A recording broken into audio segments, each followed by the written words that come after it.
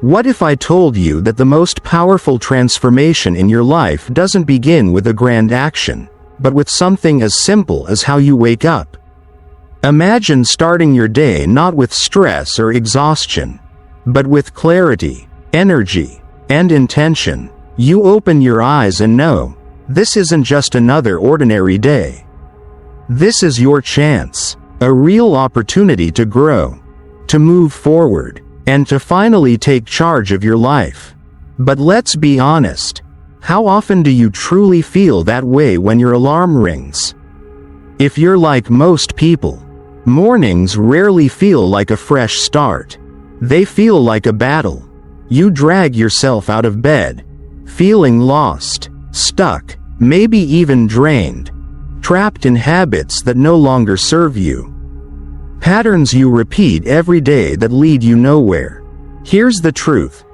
How you start your morning doesn't just shape the first few minutes. It sets the tone for your mindset, your momentum, and eventually, your entire life. The ancient Stoics understood this deeply. Marcus Aurelius once wrote, "When you arise in the morning, think of what a precious privilege it is to be alive, to breathe, to think, to enjoy, to love." That's what we're diving into today. How to take that ancient wisdom and apply it practically to modern life. Through simple yet powerful habits, you can train your mind, find clarity, and take full control of each day. If that speaks to you, if you're ready to reclaim your mornings in your life, I ask one small favor. Hit that subscribe button. It's free, and it helps spread this message to more people who need it. Now let's get into it. Let's be real. Most of us have a complicated relationship with mornings. Your bed feels like a warm hug.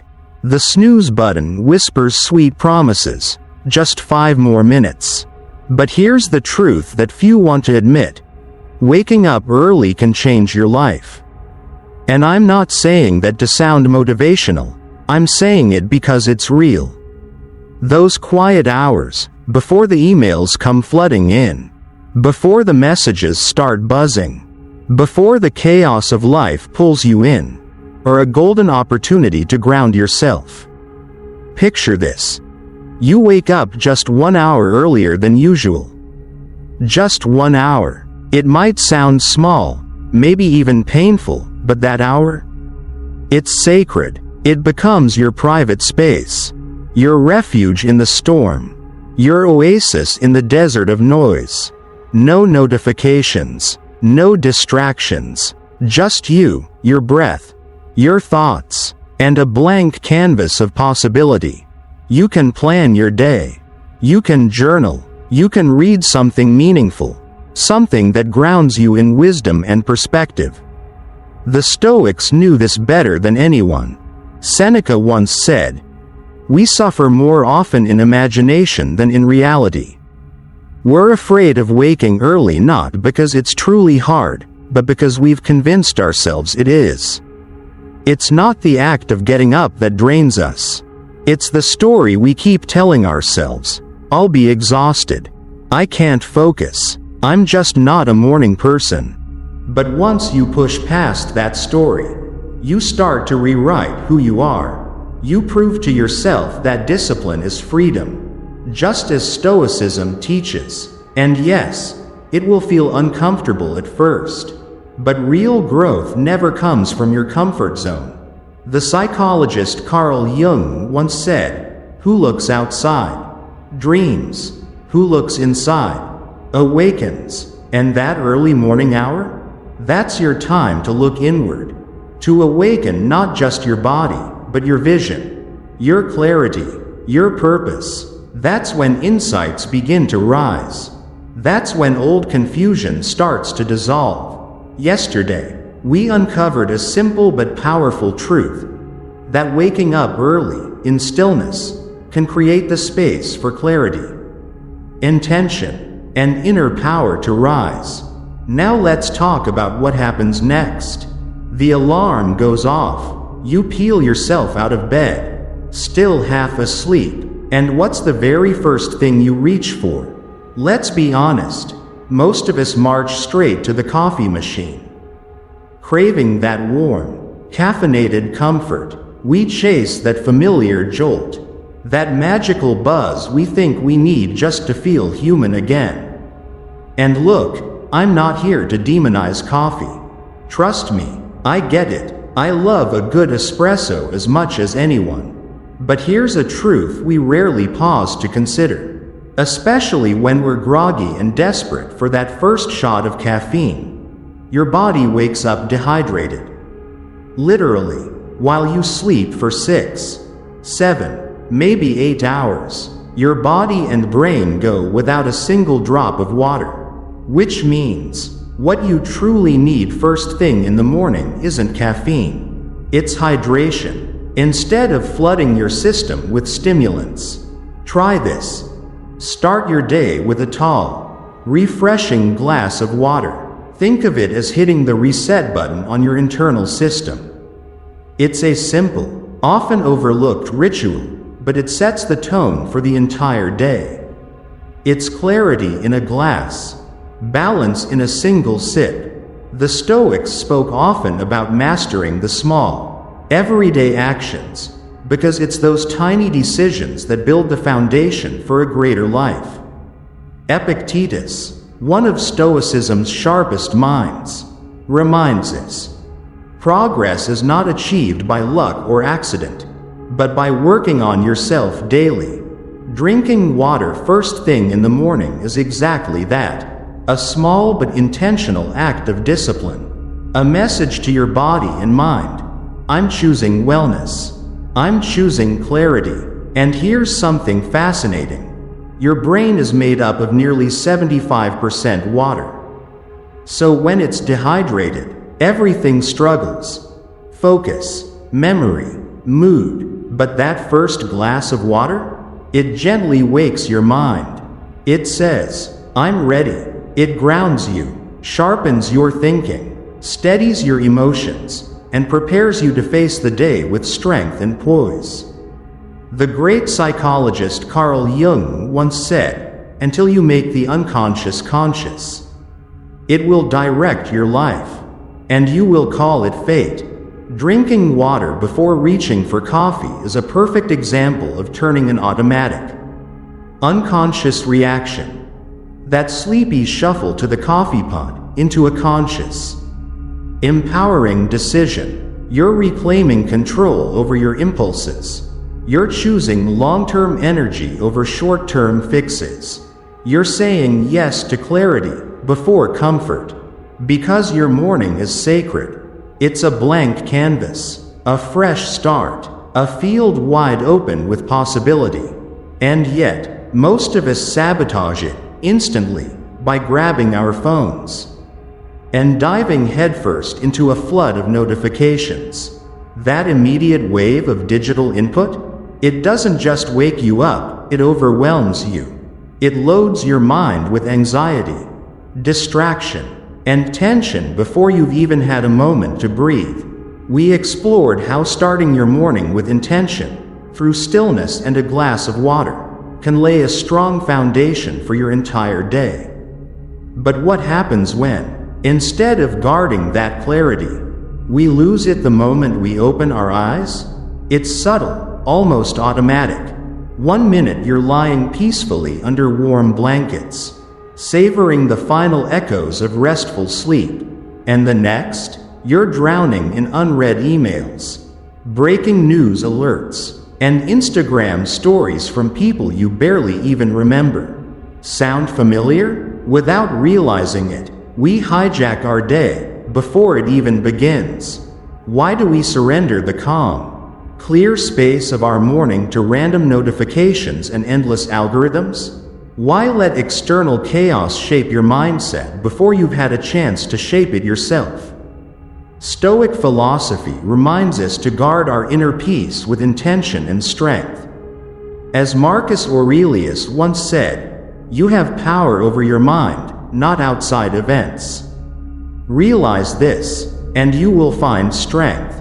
And yet, that small device in your hand, your phone, becomes the very gateway through which the outside world invades your mental sanctuary. Every ping, every scroll, every headline chips away at your ability to focus, to be still, to choose your direction. But here's the thing. Just by delaying that morning scroll, by even 30 minutes, you begin to reclaim control. You step back into your power.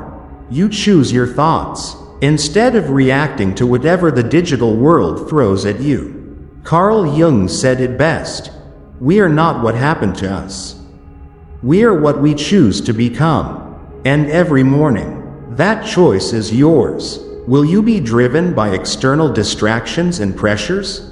Or will you start your day anchored in intention and self-awareness? Skipping the scroll isn't just protecting your mental clarity, it's developing a stronger, more grounded sense of self. You begin your day knowing exactly who's in charge. You, not your feed. Now imagine how different your morning might feel if you traded the screen for silence.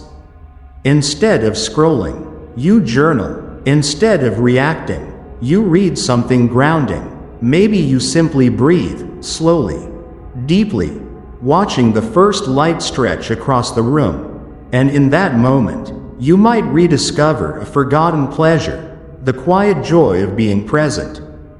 Because when you choose presence over distraction, your day unfolds with clarity, not chaos. And here's the surprising truth. Sometimes it's not the big accomplishments, but the smallest acts that bring the deepest sense of order. You wake up, tighten the blanket, fluff the pillow, straighten the sheets. It sounds simple, but suddenly, you've done something intentional, something complete. You've created order where there was none. And that's not just housekeeping. It's training your mind. We live in a world that glorifies overnight transformation, but the Stoics knew better. They understood that greatness doesn't come from one-time grand gestures. It's forged in small, consistent acts of discipline, cleanliness, order, focus. Marcus Aurelius also warned us. Don't waste what's left of your life worrying about what others think. It keeps you from doing anything useful.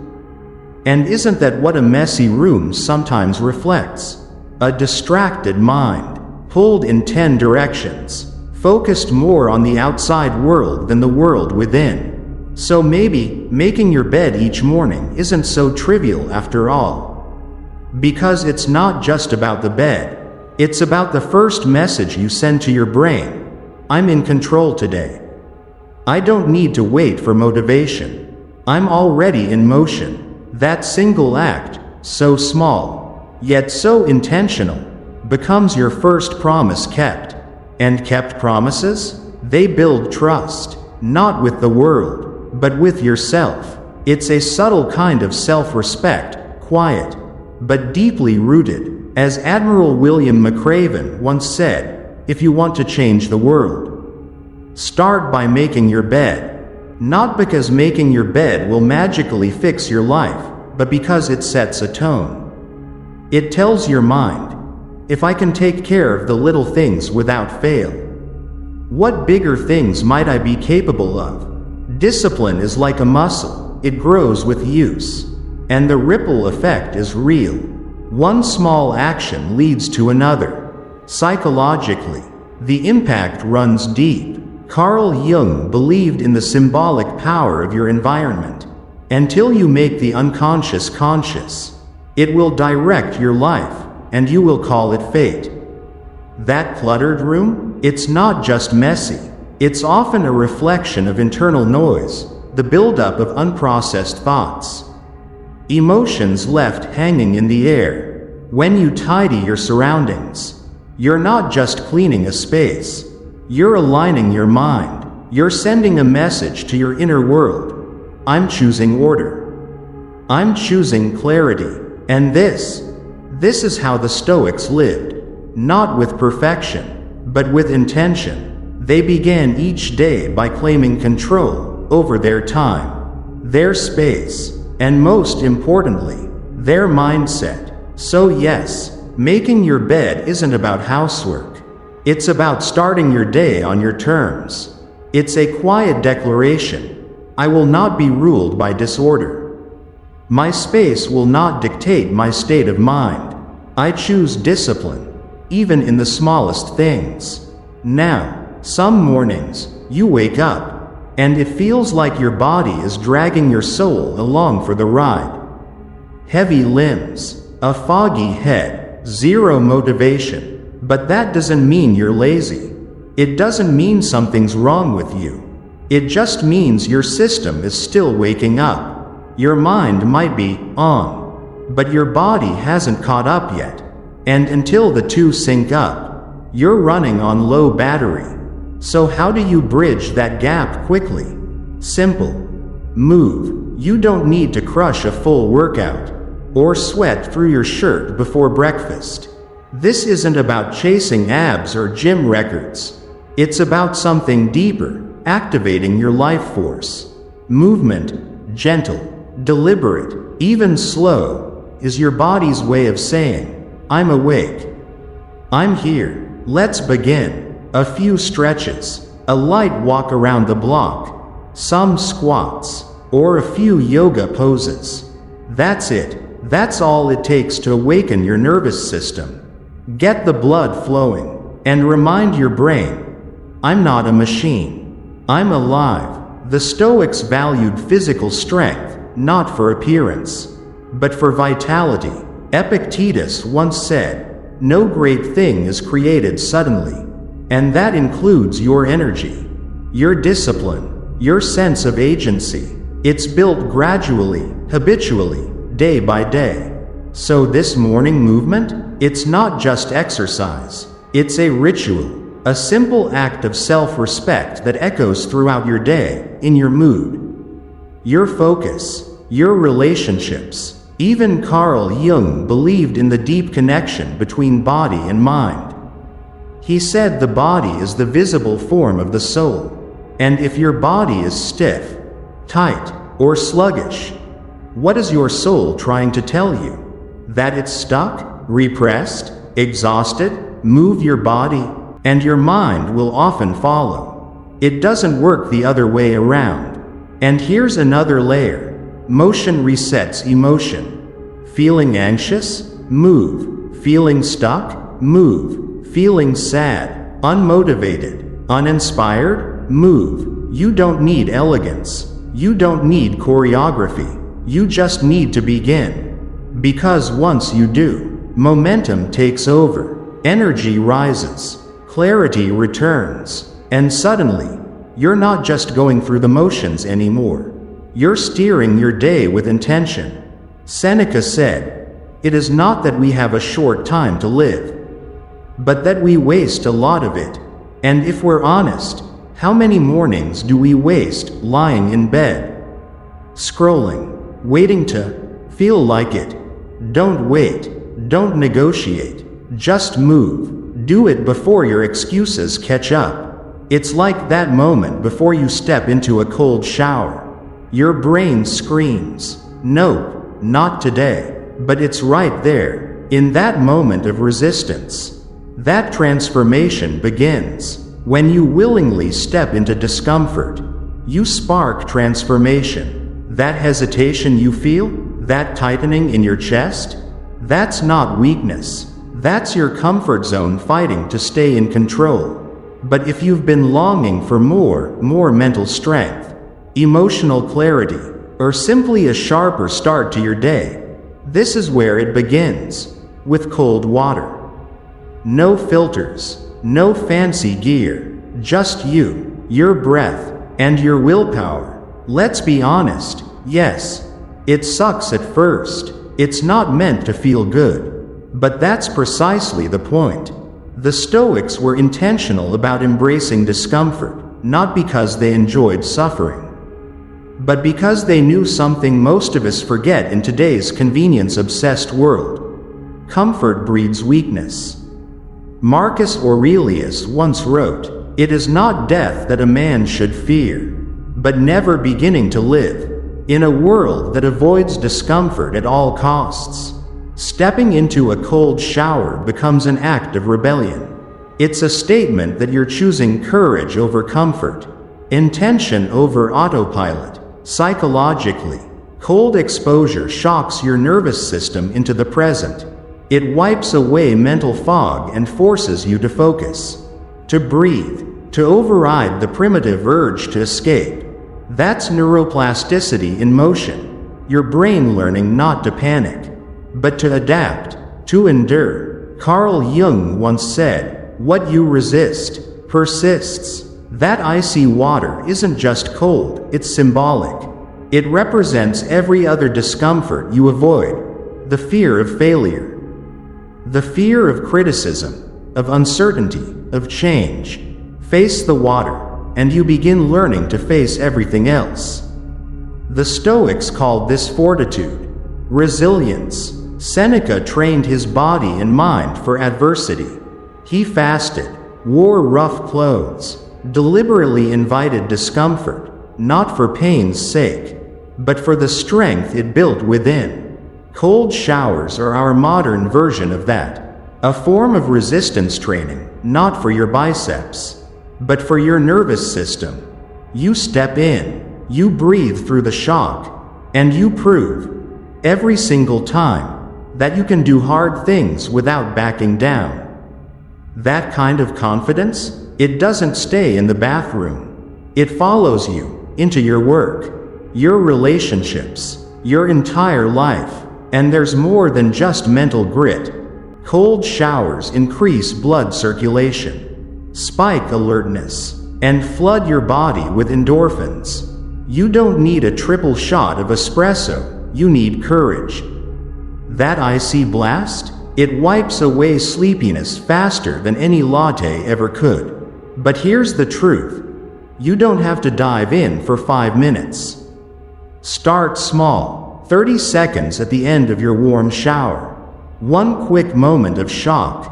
One small victory. One chance to whisper, "I do hard things."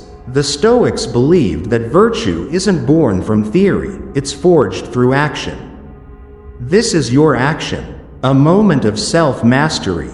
And once you've braved the cold, there's another powerful way to bring order to your mind, with pen and paper. Most of us carry a chaotic cloud of thoughts, worries, to-do lists, memories, judgments, ideas, all looping endlessly in the background. And if left unchecked, that mental storm can hijack your focus, poison your mood, and cloud your decision-making before the day even begins. That's why journaling isn't just an artsy trend, it's mental hygiene. Just a few minutes, a blank page, and honesty. No rules, no grammar checks, no pressure to be poetic. Just write. Pour out whatever's on your mind, a lingering thought from yesterday, a strange dream, a flash of gratitude, or a heavy feeling you can't quite name. Let it out. No filter, no edits. It's not about being beautiful. It's about being free. The Stoics knew this long before journaling apps existed. Marcus Aurelius kept a journal, what we now know as meditations, never meant for publication. Never written for anyone but himself. Just honest, personal reminders, reflections to stay grounded. After releasing the mental clutter through a few lines in your morning journal, you begin to see more clearly who you are and what truly matters. Marcus Aurelius, the emperor, the philosopher, the relentless practitioner of inner discipline, once wrote, "The impediment to action advances action. What stands in the way becomes the way." That line might never have existed if he hadn't written it down. If he hadn't taken time to process his inner struggles through ink and insight. Writing didn't just help him reflect, it helped him govern an empire with unshakable composure. And modern psychology fully supports this. Carl Jung believed the unconscious mind is always trying to speak to us, through symbols, moods, and dreams. He wrote, "Until you make the unconscious conscious, it will direct your life, and you will call it fate." So what better way to bring the unconscious into the light than by writing it down? When you journal, you give a voice to your inner world. You start uncovering patterns you never knew existed, recurring frustrations, buried fears, outdated beliefs you've been following without even questioning them. Journaling is like having a quiet conversation with the part of you that rarely gets to speak, the part that's not performing, not pleasing, not pretending, just telling the truth. And in that honesty, something shifts. You begin to see your circumstances more clearly. Decisions start to feel less overwhelming. You start noticing what truly matters and what's just noise. Even on your worst days, when you're angry, anxious, or lost, your journal listens. It holds space for you. And on your best days, it becomes a vault of insight and victories you'll forget unless you capture them in your own words. Seneca once said, "Each night, we should call ourselves to account." He believed that self-reflection was the root of wisdom. Morning journaling is that same principle in motion, except instead of reviewing only the past, you're preparing your mind for the day ahead. There's a strange kind of anxiety that doesn't come from doing too much, but from not knowing what to do at all. You wake up. Maybe you even feel motivated, but by noon, you're bouncing between tabs and distractions. And by the end of the day, you're drained with nothing to show for it. That's not laziness. That's lack of direction. When you don't give your day a clear aim, you give your energy to anything loud enough to grab your attention. This is where goal setting becomes essential. Not lofty vision board goals, but 3 clear, immediate tasks. Things you can actually do today. Not 10, not 20, just 3. 3 achievable actions that move the needle. That create real progress, not just busy motion. Because let's be honest, being busy doesn't mean being productive. And unless you define what success looks like today, you'll spend the whole day reacting to everything that isn't that. The Stoics were deeply intentional with their time. They didn't drift through their days waiting for clarity to magically arrive. Epictetus put it bluntly, "First, say to yourself what you would be. Then do what you have to do." Translation: if you don't define your direction, someone else will steer you somewhere you never intended to go. And psychology backs this up. Carl Jung emphasized the importance of individuation, becoming a whole, directed person. He believed goals aren't just tools for achievement, they're paths to self-realization. Your vision becomes clear the moment you stop wandering. That's why, after defining your goals, the next crucial step is turning inward. Because as Carl Jung once said, "Who looks outside dreams. Who looks inside awakes." When you set goals with honesty and intention, you're not just planning your day, you're shaping the person you are becoming. Each simple action becomes a brick in the foundation of your identity. And here's the thing, your goals don't need to be huge. In fact, the smaller, the better. Something as simple as replying to that email you've been avoiding, writing just 1 page, or taking a 20-minute walk. These seemingly minor tasks are actually your most powerful starting points. When your goals are clear and actionable, you give yourself permission to finish them. And completion, even on a small scale, creates momentum. Because success isn't about size, it's about follow-through. 1 completed task builds confidence. 10 half-finished ones? They only build frustration. Most people don't realize just how fragile their mental state is in the early morning. You wake up, and within seconds, your brain starts scanning for input, something to react to attach to. And what do most people feed it? Doom scrolling, outrage, clickbait, headlines that spike your cortisol before you've even had your first sip of water. And the worst part? You barely notice it's happening.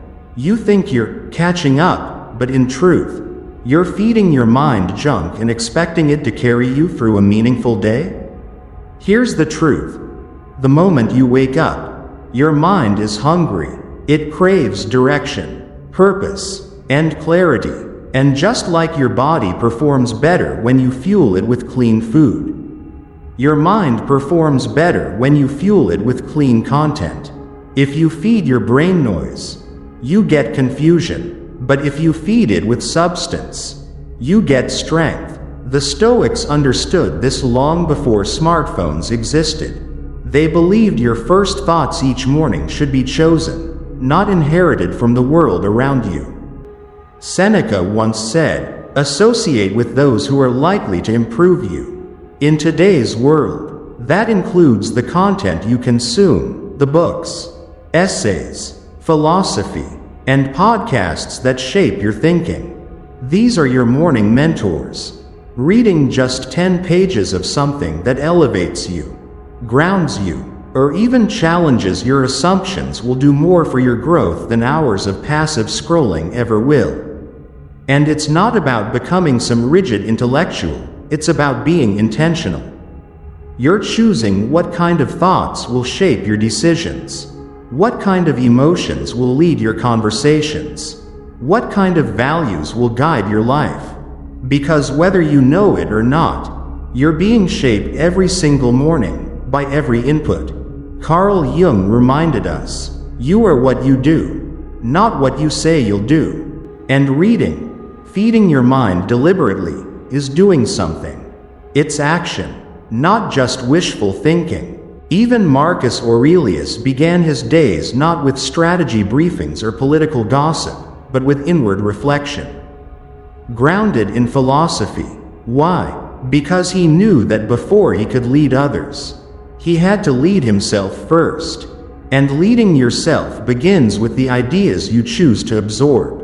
But here's the good news. This doesn't need to be some massive lifestyle overhaul. You don't need to devour an entire book before sunrise. Just start small. 10 minutes, a few pages, a podcast episode that speaks truth instead of noise. Think of it like tuning your instrument before a performance. You're aligning your thoughts with what matters before life starts making demands of you. Some people wake up and stumble straight into their day, half asleep, already reacting to whatever life throws their way. But others, those who seem calm, focused, and grounded, they start differently. They take a few quiet minutes to see the day before they live it. Before they step into the whirlwind of the day, they don't reach for a screen. They don't open a planner. Instead, they close their eyes and enter the quiet theater of their own mind.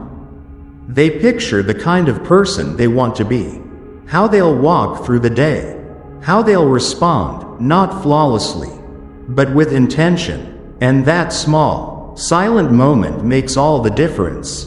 To some, visualization might sound vague or even a little woo-woo, but in reality, it's one of the most grounded, science-backed practices for creating real change.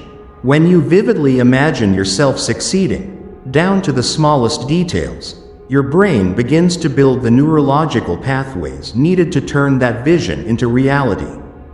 You're literally prepping your mind to expect success, to spot opportunities, and to block out distractions. This isn't magic, it's biology. And when done consistently, visualization can gradually rewire your mindset to act in alignment with your goals instead of your fears. Long before neuroscience gave this a name, the Stoics already knew its power. They practiced something called premeditatio malorum, a form of mental rehearsal where they reflected on what could go wrong. not to spiral into fear, but to prepare. They also spent time contemplating the kind of person they aimed to become. Epictetus said, "Practice yourself, for heaven's sake, in little things, and then proceed to greater." Visualization is that exact practice. You're rehearsing courage, strength, and calm before the storm hits. You're building your inner world so that the outer world doesn't shake you so easily. Olympic athletes like Michael Phelps didn't use visualization just occasionally. He practiced it daily. He would mentally rehearse every movement of his race, the stroke, the turn, the push off the wall, until his body knew what to do because his mind had already done it 100 times before. That's the true power of this practice. You're not just daydreaming, you're mentally training for success.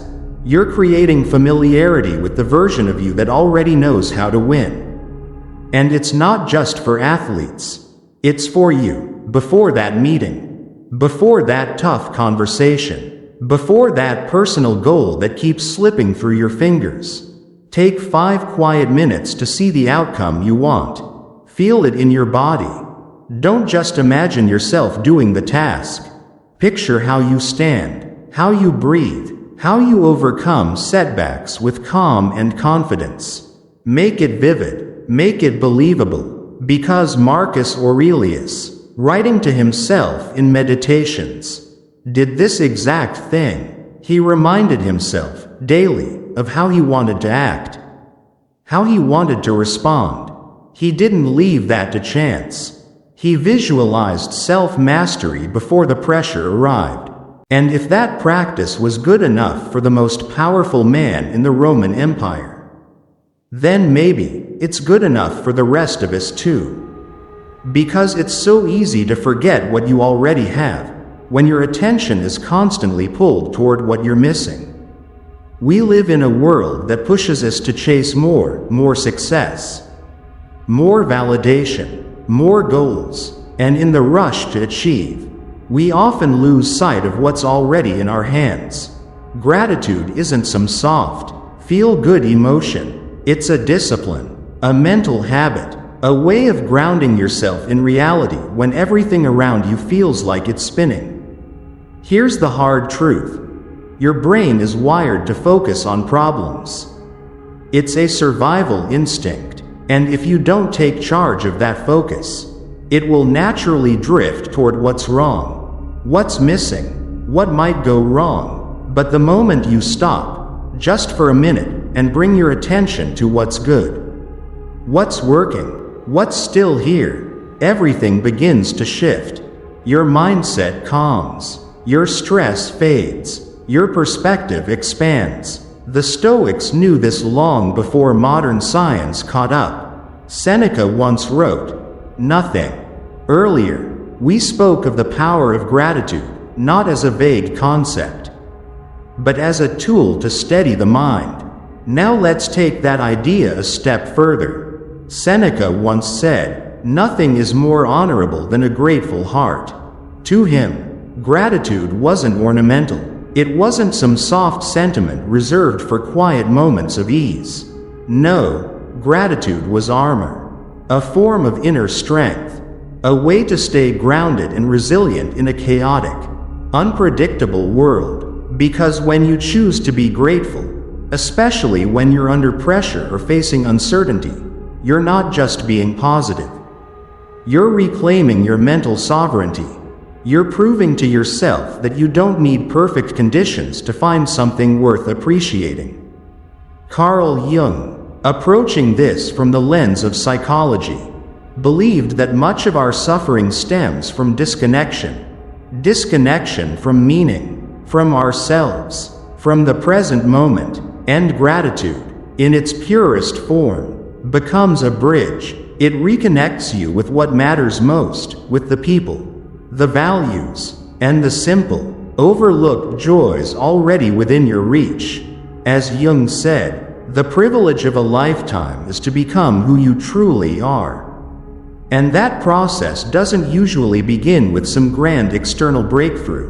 but rather with a quiet internal realization of just how much is already within you, already around you. Modern neuroscience backs this up. The Stoics, the philosophers, they knew it instinctively, but today, we have data. Practicing gratitude increases dopamine and serotonin, chemicals that elevate your mood and sharpen your focus. It lowers cortisol levels, easing stress and anxiety. Gratitude doesn't just feel good, it does good. It primes your brain to scan for what's right instead of constantly searching for what's wrong. Even Marcus Aurelius, in the middle of leading an empire and navigating deep personal hardship, made time each day to reflect. He reminded himself, again and again, to focus on what was good, useful, and true, not because life was easy, but because clarity was essential. He wrote, "Do not indulge in dreams of having what you have not, but reckon up the chief of the blessings you do possess." That mindset didn't soften him. It didn't make him passive. It made him steady, capable, clear. Most people wake up and dive headfirst into their to-do lists, racing to outrun the stress before it catches up. But what if, instead of sprinting into your day, you grounded yourself first, not with a task, but with a thought? Not just any thought, but one sharpened by centuries of hardship, clarity, and lived human experience. Stoic wisdom isn't ancient for the sake of tradition. It's timeless because it works. The beauty of Stoic philosophy is its simplicity. It doesn't ask you to escape life's chaos, but to meet it head-on. With clarity, discipline, and strength. Sometimes all it takes is a single sentence. One line from Marcus Aurelius or Epictetus, held in your mind like a compass, can keep you steady when the world starts spinning. As Marcus wrote, the soul becomes dyed with the color of its thoughts. Let that sink in.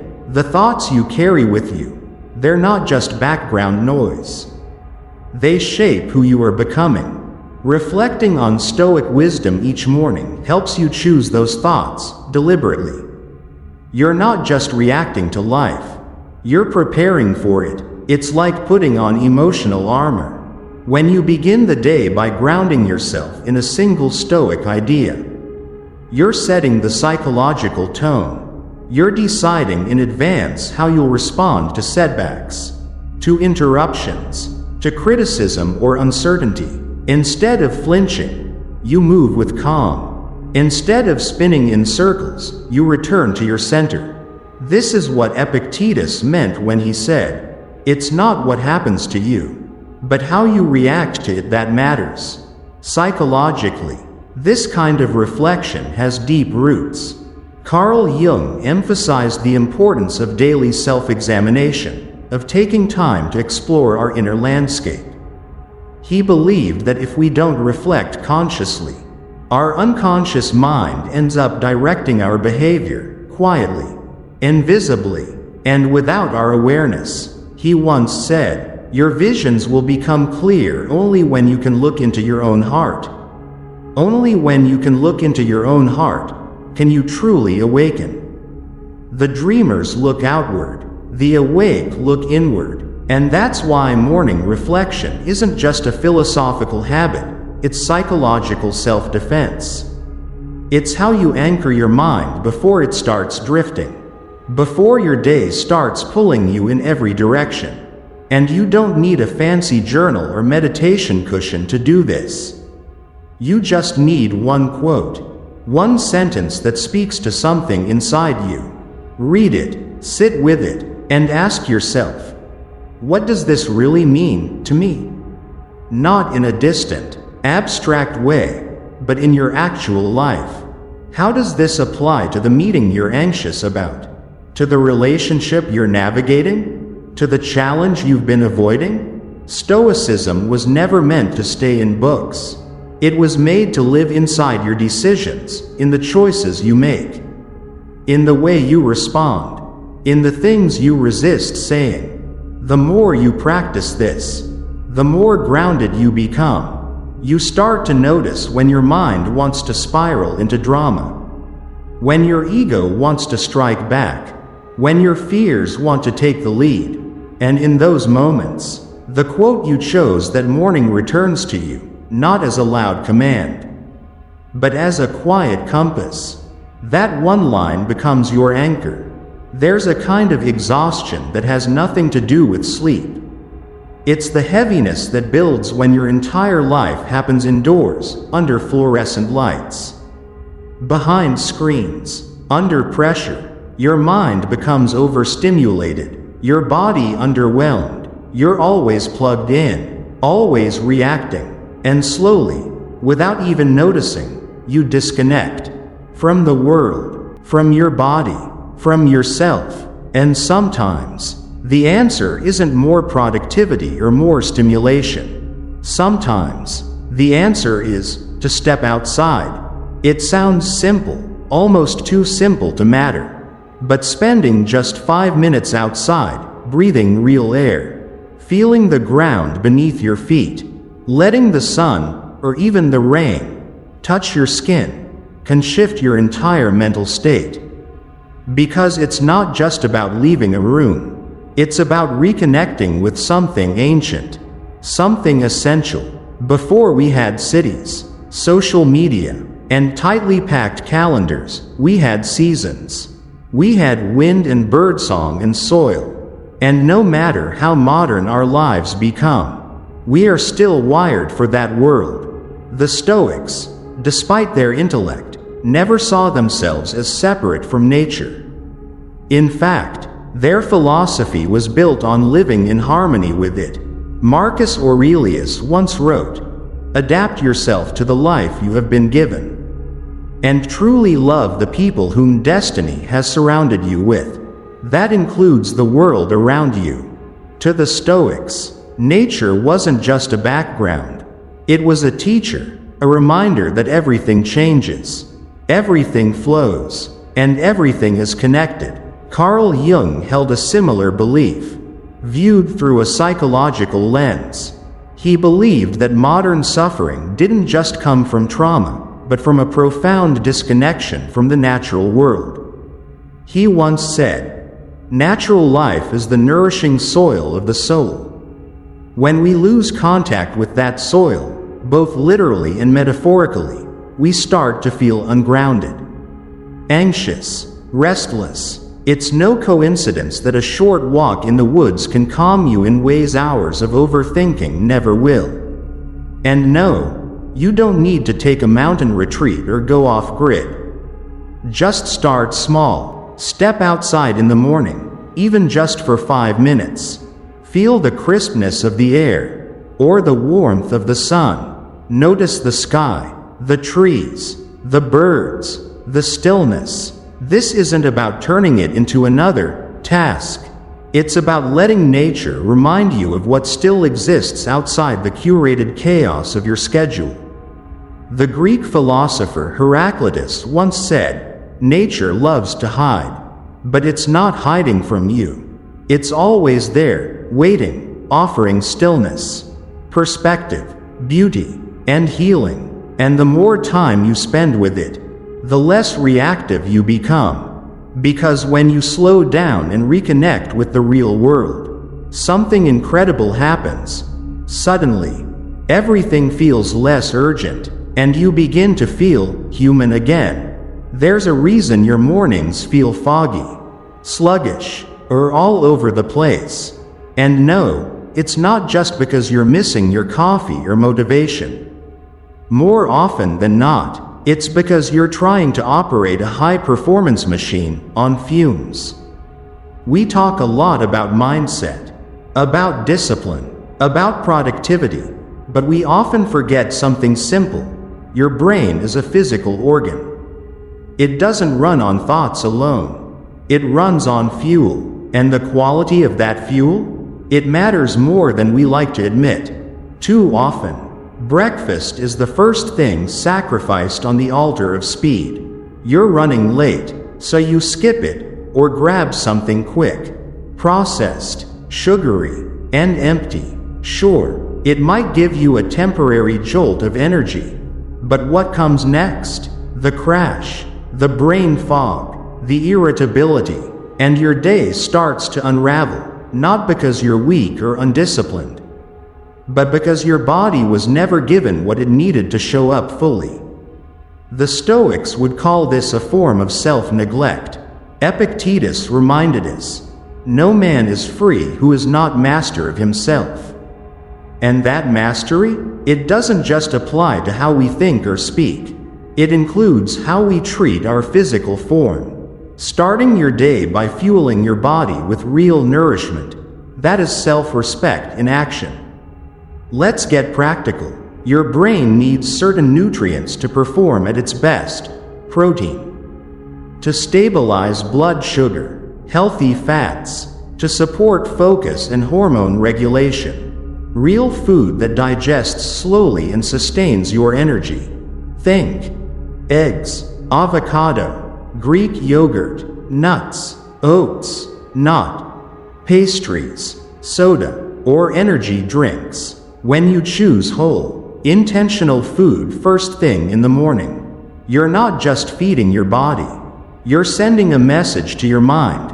I came to perform today. Carl Jung understood the deep link between body and psyche. He believed the physical and psychological were deeply intertwined. To him, the body wasn't just a vessel, it was a mirror. He wrote, "The mind is like the eye. It cannot see itself without reflection.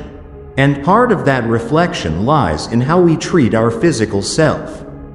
What you feed your body becomes the quality of your thoughts, the steadiness of your emotions, and the clarity behind your decisions. This isn't about guilt. It's not about perfection. It's about awareness. Ask yourself, would you expect a high-performance athlete to train without fuel? Would you expect a surgeon to perform with shaky hands and an empty stomach? Then why expect yourself to think clearly, act decisively, or stay grounded when your most basic needs aren't being met? Some mornings, the hardest battle isn't getting out of bed. It's facing the voice inside your own head. That soft, sneaky voice that shows up even before your feet hit the floor, whispering doubts, replaying yesterday's failures, casting shadows on your confidence before your day even begins. In the last section, we explored how even the smallest physical choices, like what you eat in the morning, can shape your mental clarity and confidence. But just as the body needs nourishment, so does your inner voice.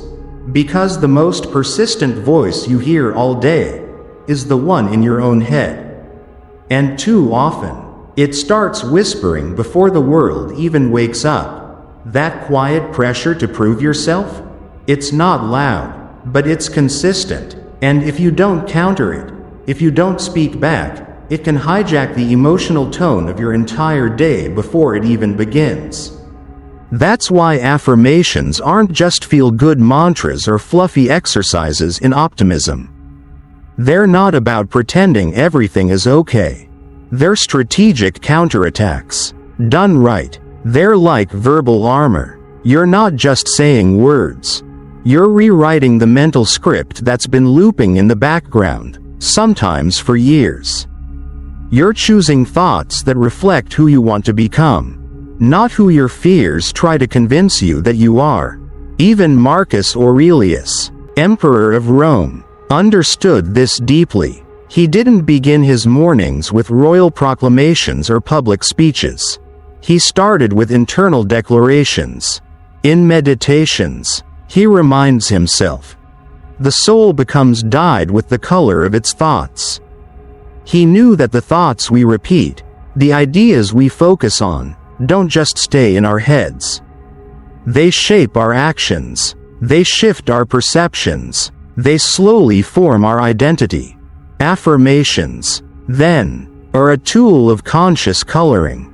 They take only a few seconds to say, but their effects ripple through how you speak, how you carry yourself, and how you respond to life throughout the day. Phrases like, "I control how I respond," or "Today I choose clarity over chaos," might feel awkward at first. But here's the truth. Your brain is always listening, even when it's you talking to yourself. Carl Jung, from a psychological perspective, emphasized the power of language in shaping our inner world.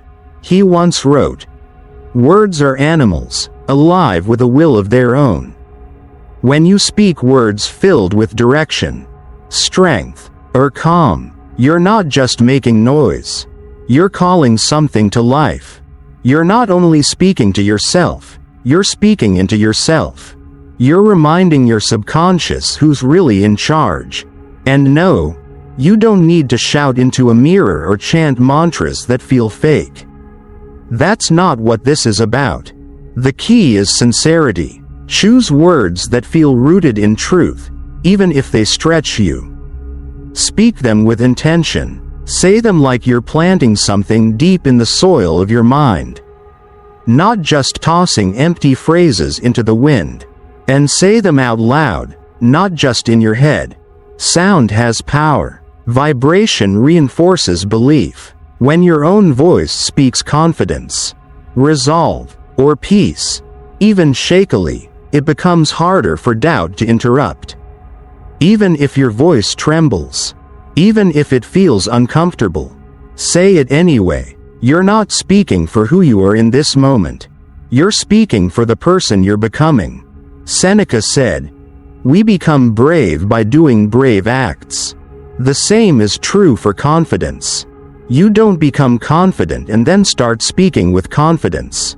You speak with confidence, especially when it feels hardest, and over time, you grow into it. That's what affirmations are. One of the simplest, clearest ways to practice courage, daily. You don't need to control your entire day. Just own your morning. Because how you begin is how you live. Every small decision, every quiet moment of intention, echoes into the rest of your life. Clarity, strength, peace. They aren't found. They're practiced, one morning at a time. And if this message sparked something inside you, there's another video waiting on your screen right now.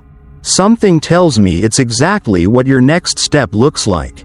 Thank you for walking this path with us at Stoic Glow, where we don't chase perfection. We train for presence. Until next time, stay steady, stay grounded, and keep walking the quiet path forward.